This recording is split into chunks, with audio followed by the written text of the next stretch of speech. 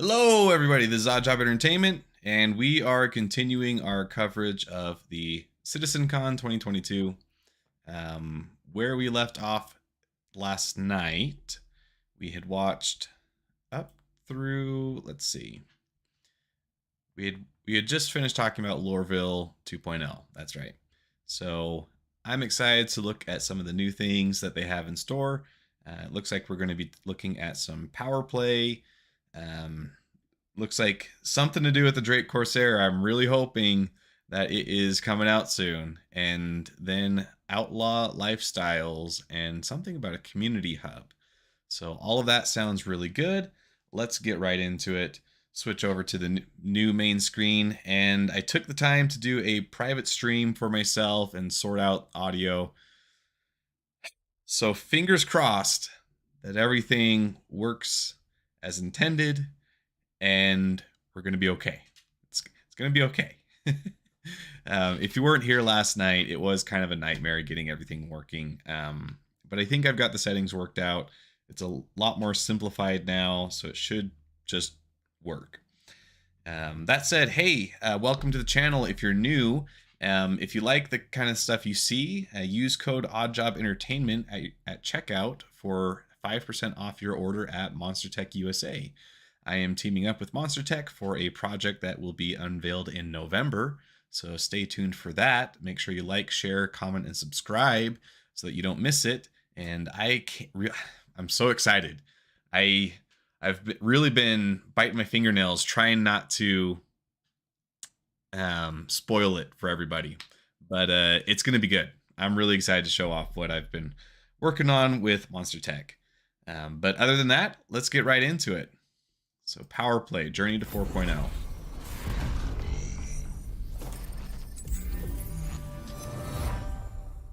I need some fancy graphics like this. That would be cool. I'm assistant director for PU content, and with Thorsten Lyman here. Hi Dan. Hi Thorsten. To you about something we think it will change the way Star Citizen functions and works, and how the players will play the game in the future, and that is resource management. So we're probably going to be talking about the power triangle here. Resource management is the underlying system that allows items to produce, consume, and store resources in the game. Oh, it is the digital no, we're not talking about power management on the ships. Pipes, tanks, batteries, or anything like this that you can imagine. It's the foundation of the ships, where you have certain resources like fuel and energy powering certain items on the ship, but it's also the system that will lie below any station or any vehicle, anything that you can imagine in our universe that actually. But it's a lot more than what I was just saying. Resource management is not just a system that helps ships function. It is a thing that's integral to the functionality of the entire universe. It will be the way surface outposts function, underground facilities, space stations, landing zones. Everything in Star Citizen will function using resource management. So we will start with the smaller vehicles, and the gameplay for those smaller vehicles way more interesting than what we have right now. And from that, we can move on to like bigger ships, and finally the capital ships will have a real purpose in the world, and where it will have a real meaning that you have the multiple roles inside those ships. So based off of what I've heard so far, this is where, you know, engineering actually becomes a viable role in a spaceship. You know, like, and I hate to use this reference, but I can't remember anything else at the moment. In episode 7 of Star Wars, Rey bypasses the compressor on the Millennium Falcon, and that makes it so that the hyperdrive can work. Well, how did the compressor get there in the first place? That might be part of resource management. Maybe you ship your Gladius with better cables, or higher or a lower gauge cable, so that you get thicker cables in there, and you know, less resistance. Maybe could be pretty interesting. It will drastically increase the time to kill for all vehicles in Star Citizen, and it will encourage people to disable ships rather than destroy them. Missions like Siege of Horizon will increase in scope and scale up a lot. Wait. What are they saying? It will that you have the multiple roles inside those ships. It will drastically increase the time to kill for all vehicles in Star Citizen, and it will encourage people to disable ships rather than destroy them. Missions like Siege of Horizon will increase in scope and scale up a lot more with the use of resource management, as players will be able to cripple resources, change the way resources are distributed, cut power, cut certain fuel and critical parts in order to progress further in those missions. We can suddenly scale a lot bigger than what we have right now. And the reasons are that we have more control over the powers of certain platforms there, and we can introduce some interesting gameplay that facilitates these functionalities. So that's interesting. Disable versus destroy, because right now, I mean, if you get into a dogfight, your ship is blowing up. Like, that's the end of the story every single time. But there are ships that already ship with spaces set aside for escape pods, and there's engineering decks and all these things that really, at this current point in time, really serve no purpose, because the ship's going to blow up before you could ever do anything to try and send even more power to the shields, for instance, or heck, even make it to an escape pod. Like, you're probably going to blow up. If it's time for the escape pods to come out, you're already dead. It's already written that way. But they're saying that this will increase the time to kill all ships across the board.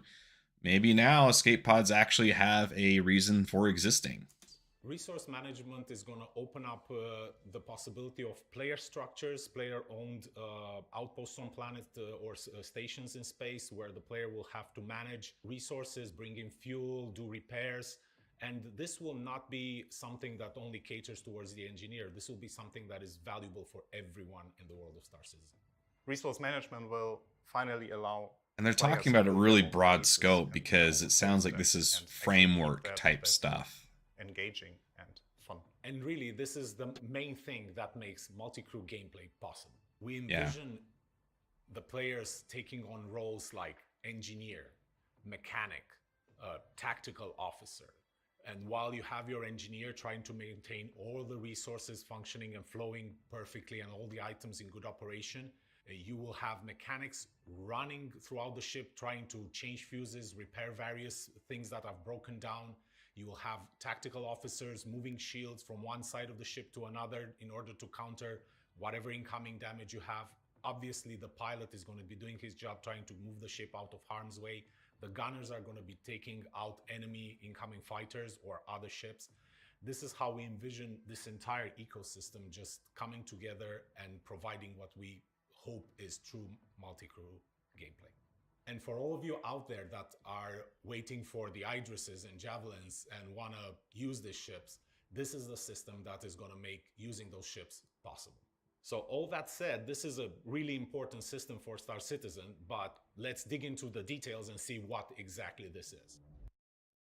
So, quick pause here. One thing that does get a little frustrating in Star Citizen is the emphasis on having the player do every single action, and I think sometimes it takes it a little too far. For instance, let's say that I want my character to pick up my mouse, okay?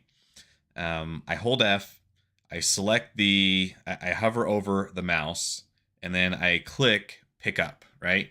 Now it's in my hand.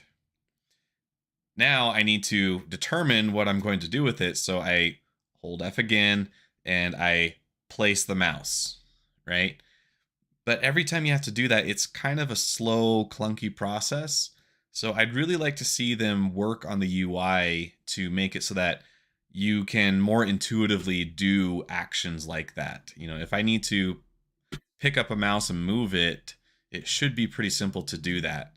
When we're talking about running around ships, fixing fuse panels, can you imagine how much time it's going to take to grab each fuse and then move it to another location if we have to do it the way that we currently do?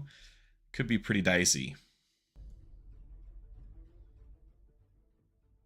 Resource management can be broken down into several key elements. Power, energy, resources, life support, item maintenance, relay handling, access control, and gravity. So let's start with power, energy, and resources. The players can Don't mind me, choose my to mouse is overload about to die. I items need to plug order it in. to get more efficiency out of them at the risk of burning them out. They can also underload items to save some resources if they don't need the full efficiency of an item.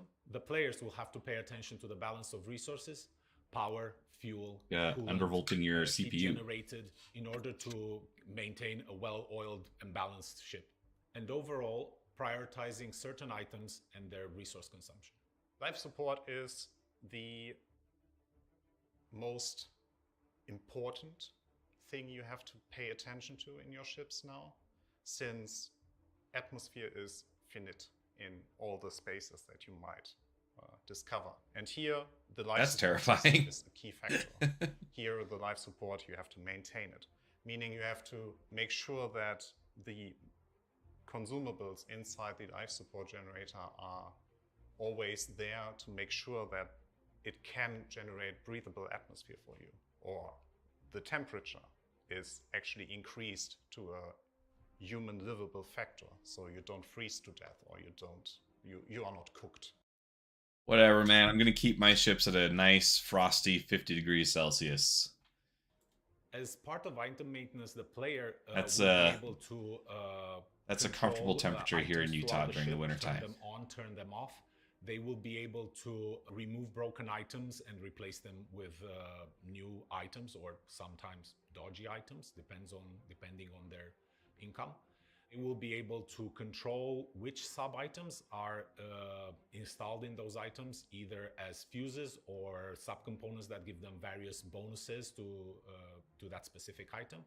They will be able to run repair gameplay and replace broken fuses when the item stops working or takes enough damage. Relay handling is the actual management part that you, as the engineer on the ship, have to do there. It's basically defining the circuits in the most effective way, especially for bigger ships. So a relay is something that defines which items are connected to each other. And what we want to achieve here is allowing you to create the best possible outcome for your ship. With access control, we're introducing ship roles. The captain will be able to assign certain roles to each of his crewmates, and, for example, say one of the player becomes the engineer, which gives them specific access to certain controls, while the person that is the pilot will not have access to those controls. At the same time, a gunner will only have access to a specific gun or all the guns on the ship. And finally, gravity. So gravity is... So what if your engineer dies? How easy is it going to be to move around these kinds of promotions? If my engineer gets gunned down in the hallway, but I have a gunner there who can fix the thing, who knows what they need to do, am I going to have to physically be there to promote him, or can I just do it through a UI in the ship somehow? That needs to be worked out too.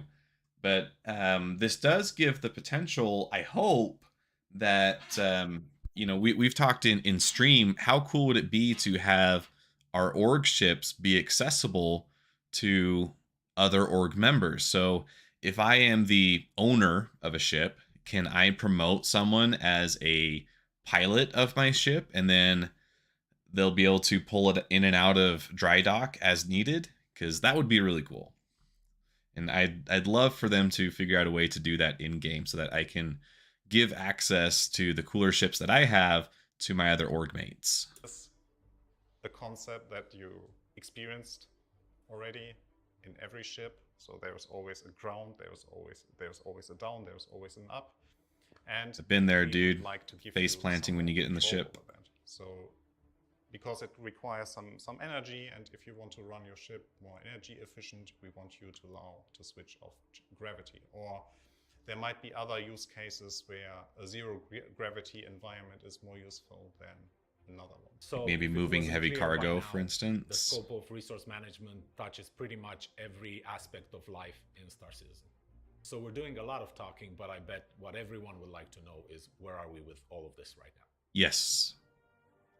That's probably the bottom question for Currently, we have everything. working in-engine prototypes of the following systems: power, gravity, life support, and the relay network. With a power system, we can overpower and underpower items. We can set the priorities of item producers and consumers inside the ship, and we can set the path of resources inside the ship through the resource relay network. And with the power system, we already can distribute the base energy and base fuel throughout the ship. So we can make sure that each item actually gets the resources they need. Creating your own resource path is basically defining the routes, or the most efficient routes that the energy or the resources have to take throughout your ship.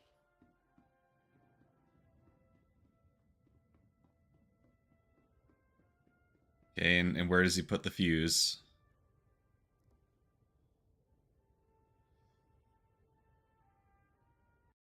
Reconnecting the top half of the ship to the power grid at the bottom. Okay. So this is one way that they've thought of how to reroute power, basically. That's not the worst implementation. It does seem to bypass some of the clunkiness that I talked about, which is good. We can also demonstrate many aspects of the life support system, including making new players suffocate. Yep.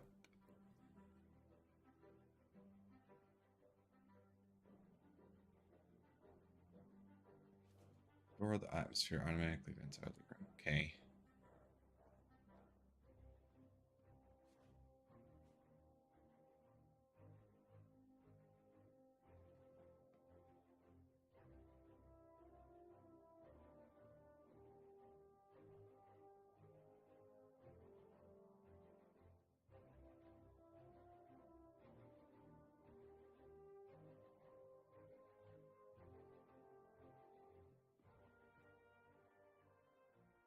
Fire expulsion. So what if you were a really cheap commander, captain of your ship, right? And you know that your crew can get by on 50% of the oxygen that you were using before. So will this be a gradient? I hope so, because that would be kind of cool to be able to just kind of like really min-max the effectiveness of your life support and all these different systems to just kind of try to eke out as much longevity as you can. In real life, that would probably violate some Geneva conventions, but in a game, as long as you can survive on the reduced oxygen, maybe that would be a viable way to save some money.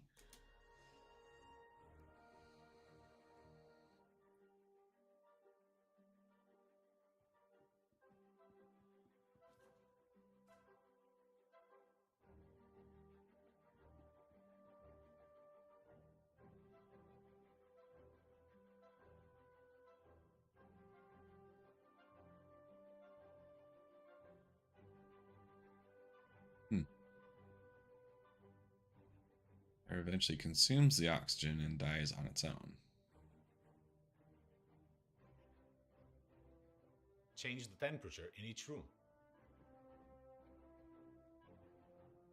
Oh, good, because I'm sure my character wants to sleep in the nice, cool 68 that I keep my room at when I sleep.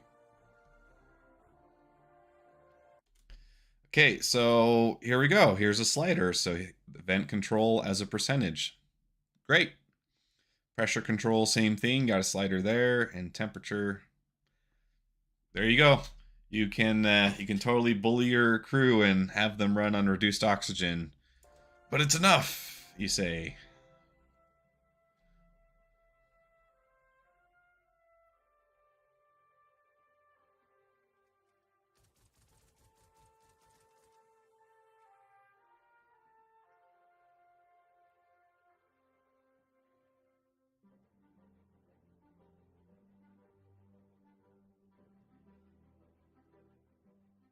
making new players suffocate.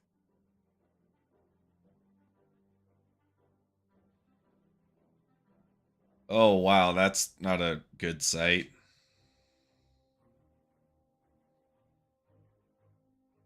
Venting and filling rooms with atmosphere. Nope. Not gonna say it.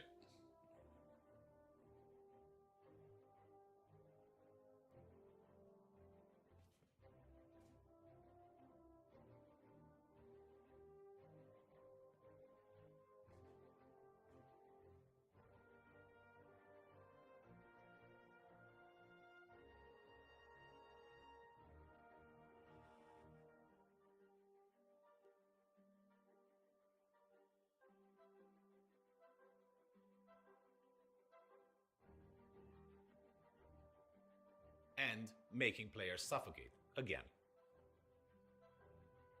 This guy's really passionate about making people die in horrible, painful asphyxiation.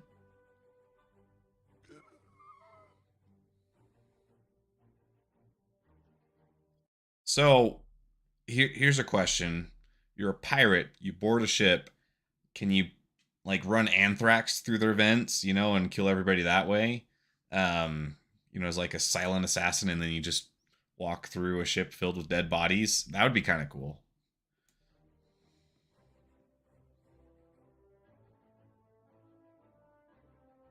Like maybe you just like hold your anthrax vial next to the cold air return or something like that.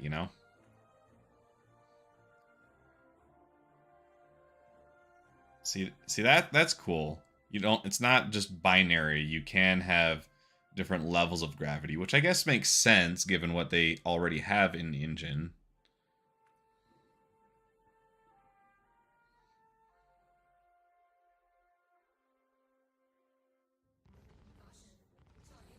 You're a small hull. A attempts to attack a giant hammerhead, but cannot get through its shields. Okay, yeah.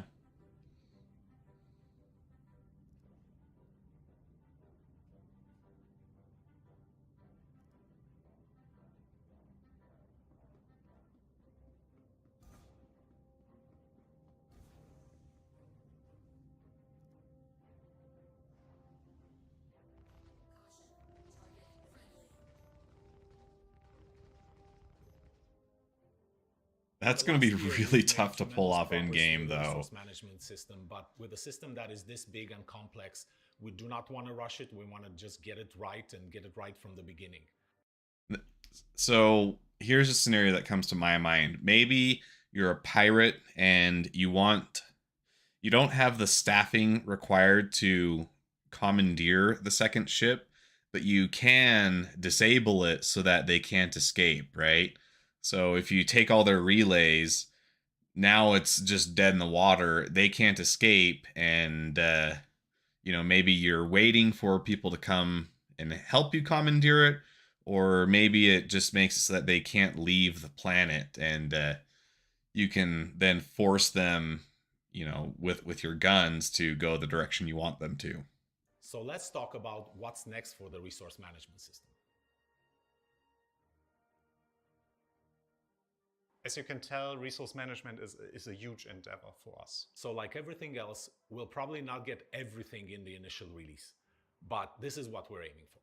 Interactable and accessible items on ships, relay gameplay, changing fuses on the relays, resource balancing, defining control groups that will be accessible through the MFDs, allowing people to create presets for your resource network for each ship, an engineering UI with at least a list or schematic view of your ships, external engineering screen for ships, allowing engineers to define the tuning parameters that can be accessed by the pilot with the press of a button, like loading presets and creating presets.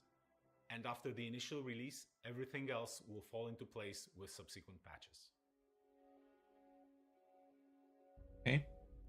We started talking about resource management about 2 years ago. It is pretty much the evolution of what used to be the old pipe system. And This has been an interesting journey, and finally we're starting to see the fruits of our labor, and we're starting to see all the possibilities of gameplay that we can open up to the players in the future. It's exciting to work on something that's so central to the world of Star Citizen and that can impact the gameplay of so many people, irrelevant of what they choose to do in the world of Star Citizen. Resource management is the most exciting feature that I've ever worked with. It's such a groundbreaking feature that will change the entire game from its core. I think we never had this opportunity to change the game into this direction where we are heading right now, where we will finally have all the tools in place to actually allow meaningful multi-crew gameplay and meaningful decisions for all the players, where every decision counts. This is the stuff that makes me really proud of what we are working on right now. Thank you for letting us share our progress with you, and we hope you're happy with all this progress, and have a nice Citizencon. Sounds really interesting. As with most things, probably going to have to wait and see how it plays out, but from a high level view, does sound very cool. All right, I'm excited for this one because they've got the Drake Corsair as a thumbnail. So I'm hoping we see some news about the Drake Corsair.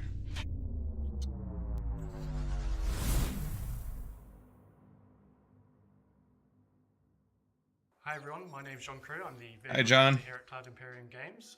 This year I'm once again joined by Ben Curtis, Vehicle Art Director. Hi, Ben. Paul Jones, Concept Art Director. Hi, Paul. And this is our yearly Ship Talk panel. Like previous years, we'll be talking about something coming soon, something being announced today, something coming a bit later, and then the fan favorite, the Pick a Ship or Vehicle concept series. Okay. To kick things off this year, I've seen a little bit about the Crusader Spirit already. Crusader Spirit. This is a series of ships from Crusader. Got to be honest, I'm not super excited about this one. A variety of other I love the Crusader aesthetic, but it kind of feels like it's stepping into a already busy field in Star Citizen. The Cutlass and obviously the Cutlass Blue, Red, Steel, and the Freelancer series. Those are all similar sized ships to this, and they also cover similar sort of roles. Compared to the Cutlass and Freelancer series, the Spirit benefits from not only Crusade Industries' sort of stylish physical appearance, but also their renowned speed and agility over those other variants. We have three variants of the Crusader Spirit. We have the C1, which is the cargo hauler version. We have the A1, which is the light to sort of medium bomber version. And then we have the E1, which is the executive VIP transport version. One of the really nice features of the Spirit series as a whole is the front half of the ship is kind of like this shared area, and it's the rear section that swaps out. So the C1 is the cargo hauler version. This comes with 48 SCU of cargo capacity in the central area, accessible like the other versions via the rear ramp. It's wide enough to allow a variety of ground-based vehicles on board, such as the Cyclone. You won't be fitting larger things. Maybe it's like just, tank. However, I mean, when they do the cargo refactor, this ship could be a lot more valuable.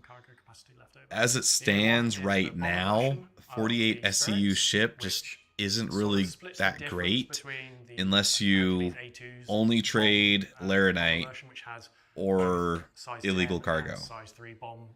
You're just not making a ton of money otherwise, which kind of kills the romance for cargo trading, in my opinion. Down each side of the central area. So you have a nice little walkway down the middle, and then you have the two sort of lines of bombs each side of you, and you'll be able to see them.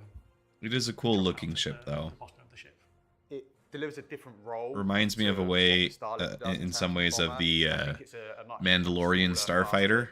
Ship, so it's much more agile. You're going to be kind of getting in and out. Not the Naboo starfighter that Din Djarin uses. I'm talking about.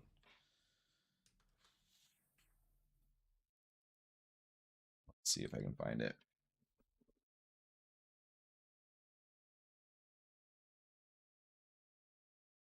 Well, I found the Lego version super easy. Here we go. Reminds me a bit of this. Shape is somewhat similar. It's got the forward sweeping blade wings, the central section. Out and Which I'm never doing upset your to see bombing more run Star and Wars then references getting in back out Star and getting Citizen. quite I'm a quickly. fan of So both. it feel quite familiar in that sense, but it does deliver a unique kind of play style compared to the Starlifter. So you might be asking yourself which one's better, and it really depends on what you want to wipe off the face of the planet that you're bombing. Obviously the A2 has both heavy hitters and what could be described as carpet bombing, whereas this is sort of for when you don't want to completely annihilate everything on the ground. Be a And little lastly, more we have precise. the E1 variant, which solely exists to give Jared heartburn over his Starliner. So this is a sort of taste of what the Starliner will get in the future, but on a much smaller scale. VIP1 is a really interesting module. It's basically split into two levels, and so we really wanted to sort of have that VIP experience. Obviously, you're coming into a sort of multi-role ship, but when you get into the module, you've got lockers, space to put any sort of personal belongings. If essentially you go into two elevators, left or right, and take you up to the top deck. So it has sort of these kinds first-class of feeling. I think luxury haulers, makes they might not be the E1 most stand out exciting compared to ship, some other ships but with the from a kind of realism larger perspective, panoramic it's glass roof. probably So the when you walk most into the common VIP type of area, ship that you've got would great exist. views and be able to kind of, like, I mean, just explore look at first. how we use cars today. I mean, Something that I think is we're quite transporting unique. just And we also ourselves most of have, the time, the Mixmaster, and maybe a little which bit is of at the front cargo. of the, Most of us front of aren't the truck module, drivers. which is basically Most of like us aren't with tank choose drivers. whatever the drink it is. But we all have cars coffee. for getting And us players will from also point A have to point B. super comfy seats. They'll have the widescreen TV in the module. I'm really excited to see when we start getting. Might not be the players most and AI engaging into from these my ships, perspective, being able to kind of gameplay wise, explore but it does make first, sense that they exist, and probably need to see experience a that lot of luxury them living that, flown by well, NPCs to I've not flesh yet out the game. experienced. So between the three variants, there are a number of shared areas. The sort of core of the ship changes with each variant, but there are some aspects which don't need to change. And starting from the front of the ship, you naturally have the cockpit or the bridge. So like other Crusader ships, you have the side-by-side pilot to co-pilot arrangement. Then you have behind them their living quarters / bunk area and component access. And then you have the variant section, which does change the sort of internal floor plan of the ships between them. It Then also at the kind of rear looks like ship, the you Normandy have from the Mass ramp Effect too, access doesn't it? area. So that's the Crusader Spirit. We hope you Now that I'm looking look at forward that. to seeing this and seeing what it can do in the game in the future. From something at the very start of our vehicle production pipeline to something nearing the end of the pipeline. Let's Yes! talk about the Drake Corsair next. I'm excited for this one. This is a cool looking ship. The Corsair. Drake Corsair is an important ship in their lineup because it fills that multi-crew exploration gap in their lineup. We've seen a lot of Drake ships of various usage and roles, such as the Buccaneer and Cutlass. In this size class, you naturally have the Constellation, the 600i as the competitors, and what Drake brings is its usual rugged, overwhelming amount of firepower for its size, sort of classification to that entry. It's Drake's dedicated exploration ship. It's a kind of a medium, deep space vessel, effectively. It's got a crew for up to 4, or space for up to 4 crew. It's got a sizable cargo hold, and it's kind of got everything that you need to really spend a decent amount of time away from civilization, away from stations, and just kind of being able to. That is just such a chart cool out, silhouette. those deep areas of space. It brings that sort of no nonsense, no frills. So excited to approach see to this the one in ship, and, game. you know if something's going to go wrong, it's going to be something that you more than likely can fix, and it's not going to be something that you have to cut back to a main dealer to get serviced and fixed. It's something that hopefully you and your crew will be able to kind of repair and get back up and running, or just fix with some duct tape. So fans, when they see the ship, will immediately see the sort of heritage, the DNA that's running through the spirit. So you can kind of almost imagine how the ship is built. You know, it's got that military, easy fix kind of feel. It's loaded with guns, loaded with turrets. It has some really interesting mechanisms inside it. Well, show me those mechanisms. I think what's quite Show, unique don't tell. to the Corsair is its wings, the way they fold up. You know, this isn't done purely for style. You know, being Drake, it's more there for function. It allows you to get in and out of the hangars much easier. We put quite a lot of effort into keeping that really iconic exterior kind of silhouette and vision that we set, but still making it functional and making sure it works. At the moment, we're just kind of finishing up on final art. Most of the exterior has had, you know, the majority of its core art time spent on it. We've still got lighting to do. We've still got kind of like final finishing to do, tweak some of the materials till we're kind of properly happy. But it's in a good place, so I'm really So excited. 3.18. So let's take a look inside the ship. Is that when we're going to Once see it? again, we'll go front to back. On the inside of the ship, we start right at the front on the cockpit. The Corsair has quite a unique feel to its cockpit in that the pilot is kind of sat right up front, and then in kind of classic kind of Drake stylings, the co-pilot gets in the seat behind them and actually sinks down into the floor. Ooh. That transition from the main cockpit area That's into pretty that kind cool. of I co-pilot like that. kind of section, it's you know, you move right forward and you're sat pretty much underneath where the pilot is. It gives great visibility for both the pilot and the co-pilot. The other nice thing about this cockpit is, again, you've got these massive guns that are stuck out either side of you.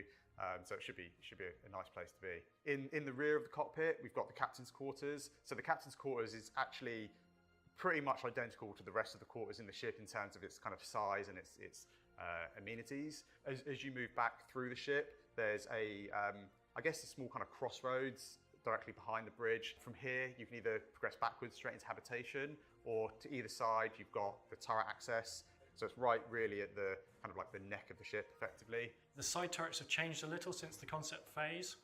They now have a greater range of motion in sort of the yaw axis. We're quite limited at concept stage to about 45 degrees. Each way, you're now looking at 90 degrees pretty much each way, so it's a lot more effective, especially forward That firing, is, which, again, the Corsair has interesting so many look. guns pointing forwards. Having an extra 2 turrets is very, very Drake. In habitation, we've got, you know, you've got the remaining 3 crew quarters that, being Drake, they are no frills. You've got a bed, you've got somewhere to store your gear, and that's pretty much it. The main habitation area, though, is, if anything, quite luxurious for a Drake ship, in that there's a decent sized space. You've got your bathroom, which is no frills. It's got a shower, it's got a toilet, whatever. You've got the kind of chow line for all your food and everything you need to survive. And then right in the heart of the habitation area, there's a large kind of sizable seating area, and that's not just for the crew to, you know, have their meals. It's for somewhere that, you know, you can plan operations, plan your next move, and really, you know, decide where you're taking your adventure. As we move back from habitation, we start to get into like the rear half of the ship. I think if the habitation area is like the heart of the crew in the ship, then the engineering area is the real heart of the ship itself. It's sort of this octagonal, Everything's hexagonal just space. really on display there, There's isn't a it? few little rooms coming off it to cram components in. And off one of those, you have the side airlock, which again has suit lockers and weapon lockers in there for before you go into EVA or docking or coming back out of before you enter the rest of the ship. And then you've also got the lift, and the lift not only goes down to ground level, but it also takes you up to the roof of the ship. So if you do want to go on a, you know, quick space, That's the first time we've seen a lever like that on an elevator. Kind of easy access, straight up the lift, and out you go. But I like that you can actually just get to the top super easy. That's actually a really nice feature. Vehicles and down, along with a significant cargo capacity. And, you know, being a Drake ship, there's a huge ramp on the back of it. All the mechanics are exposed. You know, you can really see the workings of how the ship actually operates. If you're a fan of Drake, it certainly ticks all those boxes. So I think the Corsair is a particularly cool ship. I love the styling of it, love the asymmetric wing arrangement of it. I think it's just going to be a great, fun addition to the game, giving those sort of players who enjoy that Drake experience their slice of the pie. and you'll be able to experience that yourselves at IAE this year. And a vehicle coming later today, a vehicle that's at the end of the pipeline. When is the IAE Great again? STV. Racing is a cool and fun aspect of Star Citizen, and it's something that we've seen that backers really enjoy doing and organising amongst themselves, and something that we really want to help support from within CIG. So we wanted to bring a new vehicle to the verse, which is where the STV came from. So the STV is the Grey Cat sports terrain vehicle.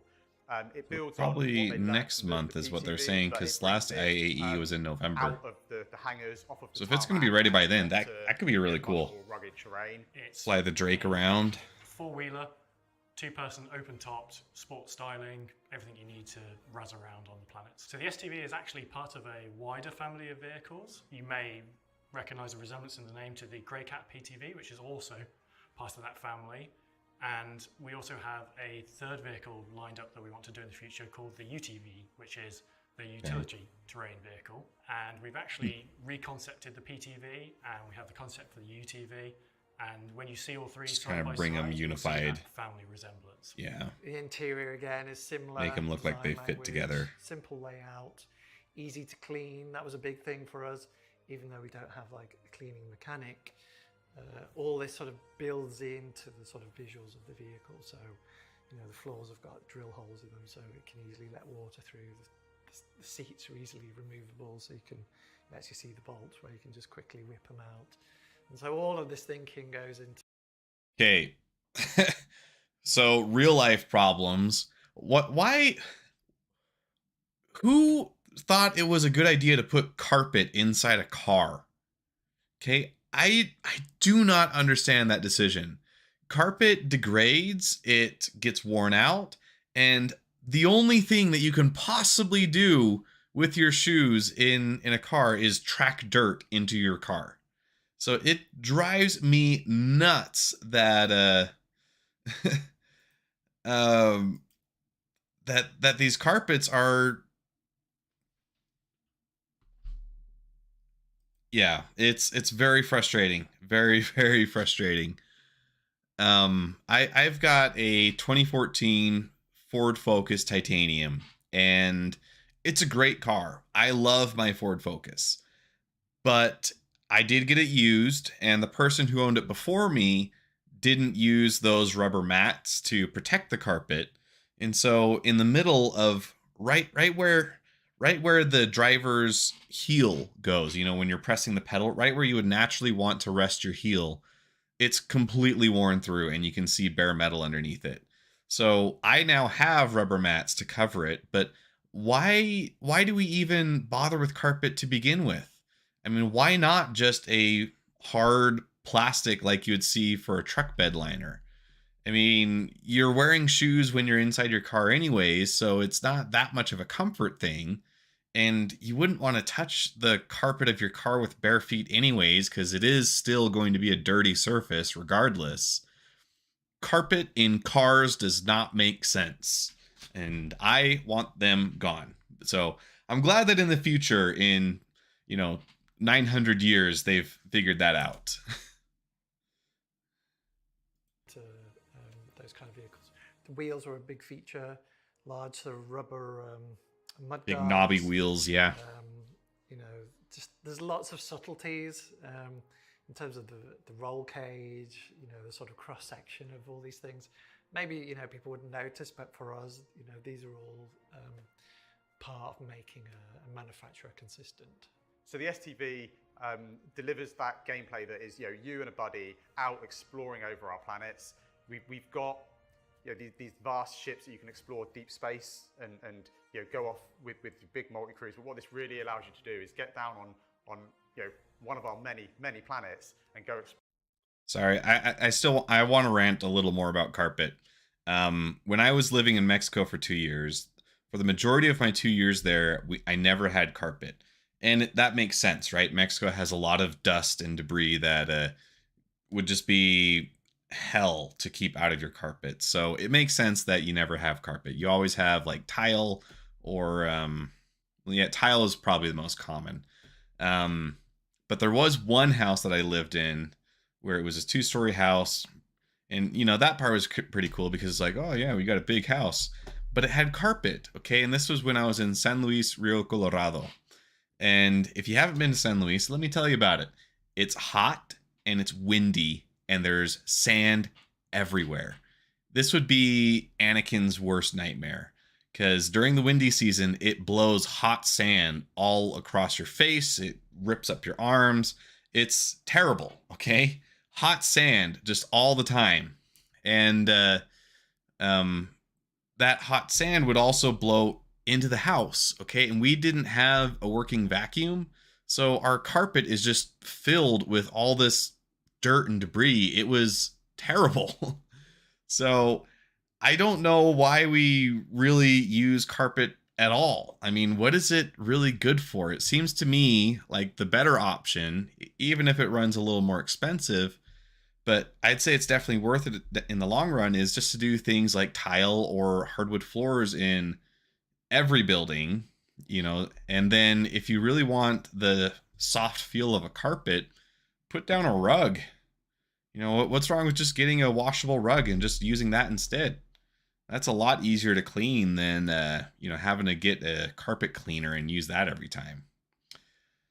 So, all right, I think I'm done ranting about carpet for a while. Let's keep watching this. It's not just a vehicle for you and a friend. It's also got kind of some cargo space in the back. So if you are out there doing missions, rather than having to fly your ships directly to where the mission is, it allows you to land slightly out there, slightly in a safer area. You've still got space to load up with weapons, load up. Which we have used the Cyclone series for just this purpose, and that has been great. Cyclone RC, which is a sort of racing variant of a non-racing vehicle, the STV was built from the ground up to be a good racing vehicle. It has a good chassis, it has better handling, it has better top speed, and that's what makes it a compelling racing choice. It's a bit more of a speedy boy. About Star Citizen as a whole is it kind of brings a lot of gameplay, and it's not all about combat. It's not all about flying these massive ships. And I think one of the things that a lot of us are excited internally about is racing within our game. A lot of us come from a racing background in terms of the games we've developed before. A lot of us are petrol heads. Kind of looks like a Bronco from the back. Being able to build. In fact, let me the newest Bronco that is in Forza Horizon 5.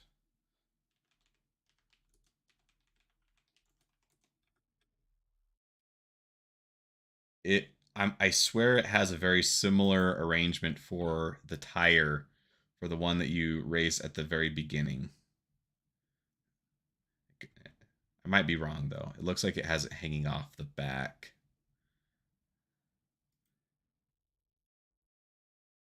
But in any case, all right, those are the Bronco head tail lights. A lot of us are. Those are the STV tail lights. See that? So I think they probably took a lot of inspiration from a Bronco. A lot of us are petrol heads at heart. So I think being able to and probably some other vehicles too. Gameplay, it looks really nice. Looks like a fun car to drive. And if you stick around to the end of the broadcast, you'll get your first. Also get some Rivian vibes. STV in action in a with the race headlights. organised by Atmo Esports, creators of the Daymar Rally, where you'll see it taking on the terrain for the first time. You'll be able to pick one of these vehicles up today at the end of the broadcast. Dope. And finally, the most important aspect of these inaugural shows, the pick a ship concept challenge thing. For those of you that have seen previous years, you will have seen that we've thrown up some silhouettes of potential ship and vehicle options and asked for your feedback on which one we should actually make. And the wise among you have probably realised that we end up making pretty much all of them anyway. So instead of just doing that again and pretending that we're not going to do that, we thought we'd do something slightly different this year and just have a single ship option. And the choice is actually the manufacturer and the styling of that ship. Okay. So we want to do a nice, large civilian mining ship that bridges the gap between the Argo Mole Origin. and the RSI Orion. Make it an Origin. If you know those two ships, there is quite a gulf of space in between them. We wanted to fill that gap with an intermediary stepping stone before you jump into the big RSI Orion, which the scale of its mining is nothing like any other mining ship in the game. The Mole is the current mining system, just lots of it. So with this larger ship, we want to increase that and also provide onboard space for our ground mining vehicles such as the Rock and the Rock DS, which allows you the flexibility of taking on any mining situation that you can come across. So with that, we have 3 choices, which are basically the manufacturers. But hear me out. For it, they're sleek but utilitarian ships. I think a Crusader mining ship could look really cool. So I'm a little more serious with the Crusader option. Of the 3, I'm not a fan of the Misk family of ships. I think they look very bulbous and boring. But I would probably go with Argo out of those 3 options, just because I really like the stylings of the Argo family of ships. Very angular, but still kind of sleek in a way. Though it's really kind of a toss-up between RSI and Argo at that point. They both kind of lean into the more angular. I don't want Misk, but that's me. Ship Talk panel, Jared will come on and explain how you get to vote on these 3 options. And that's the end of Talking Ship, so over to you, Jared.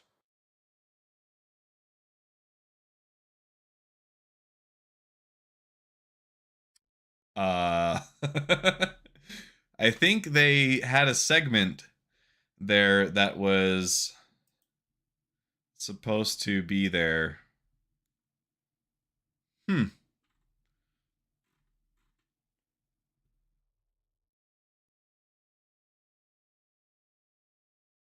Am I just missing something? Let's see.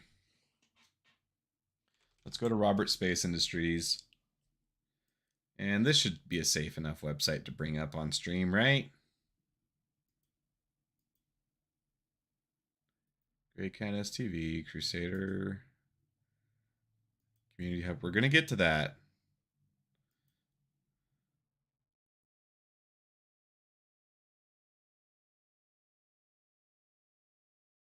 Let's check out this bit here.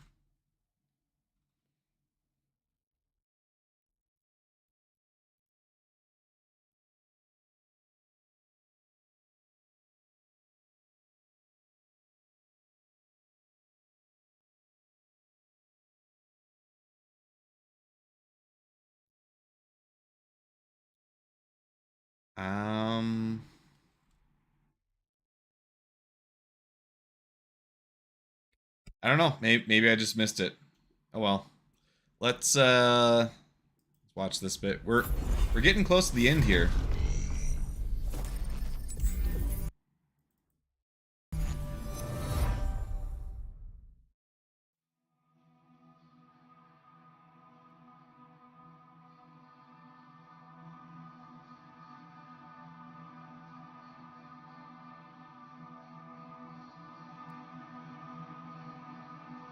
Very cool looking buildings. Really starting to get that Tatooine vibe with this.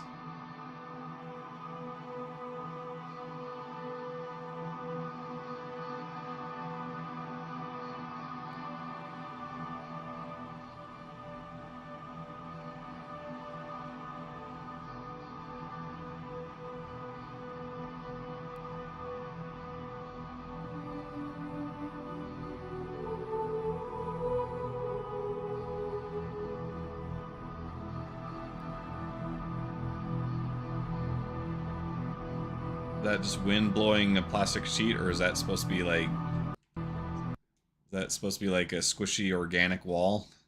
Hope not quite ready for something like that in the game yet.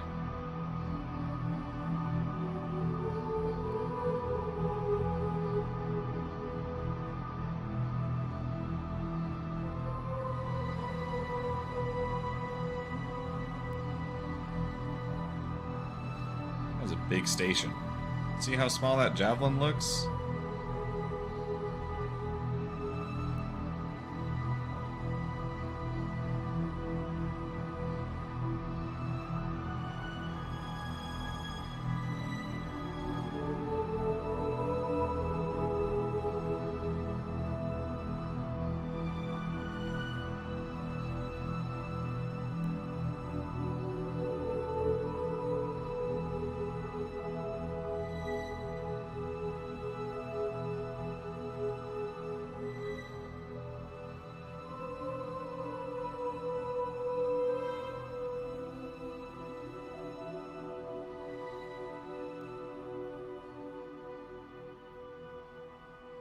Got all these lights just hanging from the ceiling.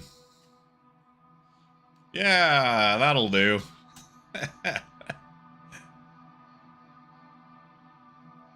This is all Ruin Station, isn't it?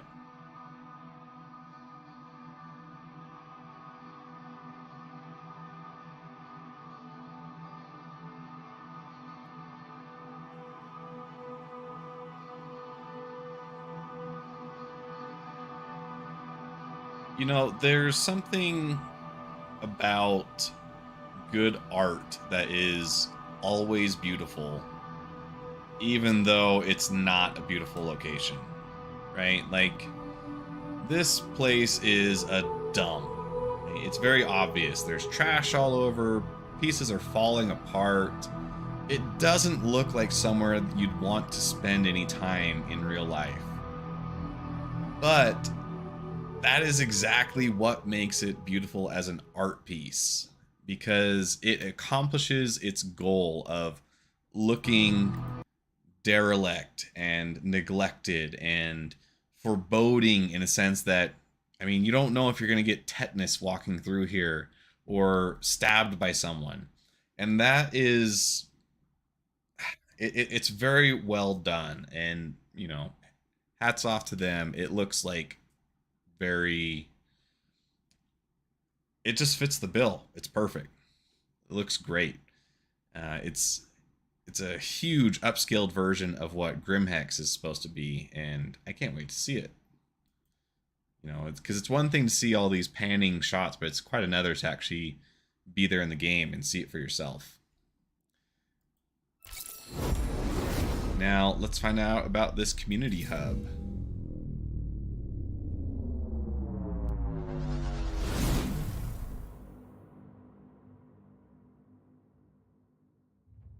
Hi everyone, my name is Tyler Whitkin and I'm the Director of Community at Cloud Imperium Games. Hi, Tyler. Each and every day we're taken aback by the tremendous amount of creative community content coming from all of you. From a small 3D printed MSR that fits in the palm of your hand, to a full-size replica sandcastle of a 300i. No joke, someone actually did that. Oh, wait, what? Hold on, hold the phone. Sandcastle 300i. No way. He's not kidding. Have you guys seen this before?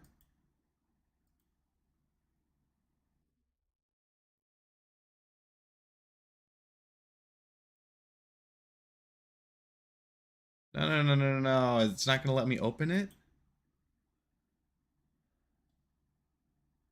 Okay, well, for some reason I can't open it, but he's not kidding.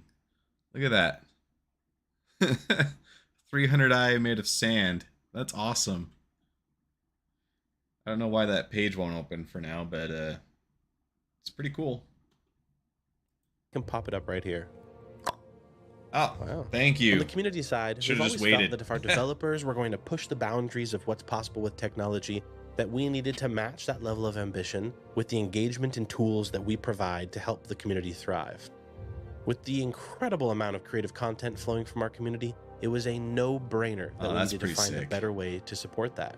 So, we've teamed up with our good friends at Turbulent to completely rebuild the community hub, and we're very excited to show it to you today. The team has been hard at work and focused on building out a completely new platform that will make both sharing and browsing content easier than ever before. To build this community hub, we really try to keep the Star Citizen identity, see what was good for the community and what they would like. This is where most people will go when they want to search for new content or discover new people who play Star Citizen and make posts in the community hub. So it's a very good place to engage with others. We want the community of Star Citizen to have this space that they deserve outside of the game, to keep talking and creating about the game, share and comment with each other. See, this is really good. A little biased. This is really good for creators as well, because not everybody wants to go and dig through various Reddit subthreads to find content that they're looking for. So if you have a dedicated page like this on the game's website, you're probably a lot more likely to catch a lot of the more casual fans that aren't spending as much time on Reddit, and probably get a lot more traction that way. I'm going to be doing that. Yes, but for these reasons and for many others, I believe that the Star Citizen community is the best and the most creative community in all of gaming. In fact, if you agree, go ahead and drop an 07 in chat. Go ahead. By the way, this bit is pre-recorded, so I'm going to assume that you are spamming chat like crazy right now. Thank you. Don't let me down. When creating a new post, you'll be able to choose between 3 post options. So that would be an audio, a video, and an image type of post. Inside of them, you'll be able to obviously put a title and description in there, but also to pick and choose from a variety of different categories your post relates to. And that comes and play into the Discover page. On the Discover. Okay, so they got a 3D printing category there. Does that mean they're gonna ease up on all the restrictions? Because right now, if you try to 3D print something, you get shut down pretty hard, pretty quick. So I would love to do a lot of 3D printing projects for Star Citizen, but I need to know that I'm not gonna get kicked off for doing so. Page, you can browse over all the content. You can also filter content with your preferences. For example, if I want to see only videos that are about cosplay, I can now filter that and find only videos about cosplay. And I can also sort them by popularity or by date. When you first arrive on the Community Hub, you arrive on the homepage, which features top trending content as well as posts from people you follow. Because yes, you can now follow people on the new Community Hub. You have a live stream section, which you can see the top players who play Star Citizen right now. You have a tutorial section also on the front page, and there's also the sidebar. And it's not just all about screenshots, videos, and crafts. It's also about the human connection we make with like-minded spacefarers that we've met along the way. It's about friendship. Personally, for me, I've made countless meaningful connections with so many people that I otherwise never would have met outside of this community. And many of those connections I know I will cherish and carry with me for the rest of my life. And I'm confident that many of you have similar stories, which is exactly why it was vital to us to find better ways to keep you all connected with one another. The Community Hub is a place of creativity and exchange between all the Star Citizen players. The team has put a lot of work in it. We're working on it since quite a long time. We really put a lot of love and care in this, and we really hope the community will enjoy as much as us. So you can head over to our website, dive in, check out all the new features, break the new features. It's okay, it's part of the process. And as always, we want to hear your thoughts, so make sure to head over to our dedicated feedback thread on Spectrum and let us know what you think.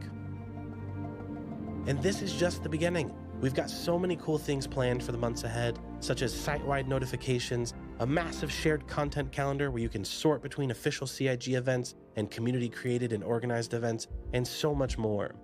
And the best part about the new Community Hub? It's live right now. Dope. All right. Well, I'm gonna have to check that out, and if it links with YouTube,